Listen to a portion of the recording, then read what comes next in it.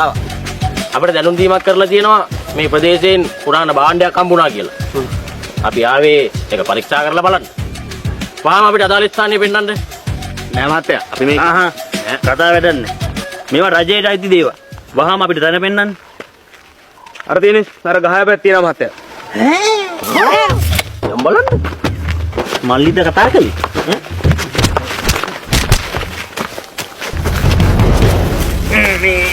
අපි පරීක්ෂා කරලා බලමු මොන රජ සමයටද මේක අයත් කියලා නේද?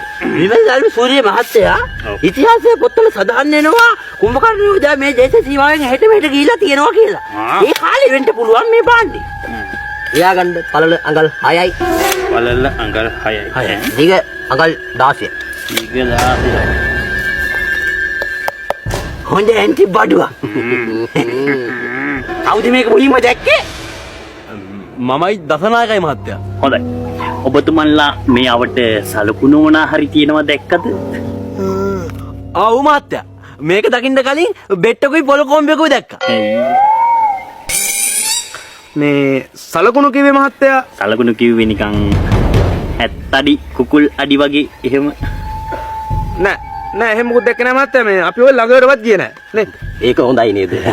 දැන් මහත්මයා මේ දේවල් රජයට අයිති වුණාට අපිට මොනවා හරි බෙනිෆිට්ස් එකක් තියෙන්න එපා. Man, definitely. Money for our future, you know, unnecessary. Again, money for our family and democracies, our countries and other countries for you know. දැන් තේරුණා. අනිකයි. අපි පරීක්ෂා කරලා බලමු මේක ඇතුලේ තියෙන රත්තරන්ද මැණික්ද කියලා. ඒ වුණාට සුදත් මහත්තයා මේක මට නිදානයක් වගේ පේන්නේ නෑනේ. කවුද මේක අපිට මුලින්ම දැනුම් දුන්නේ? මම මහත්තයා. මේ මොකක් හම්බුණා කියලාද කිව්වේ? කියන්න හම්බුනේ නෑනේ මේ පරණ බඩුවක් හම්බුණා කියලා කියද්දි මේ අපි එන්න කියලා ෆෝන් එක කට් කරන්නේ. හරි හරි. දැන් ඔබතුමාලා හිතන විදිහට මොකද්ද මේ? කියපන් දැන් ඉතින්. බෝම්බයක්.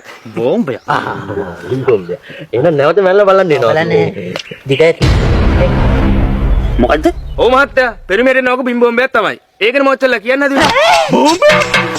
දකෝ අසලාවේ දැනුම් දෙන්න අපි කියන්නේ නෑ. බෝම්බයක්.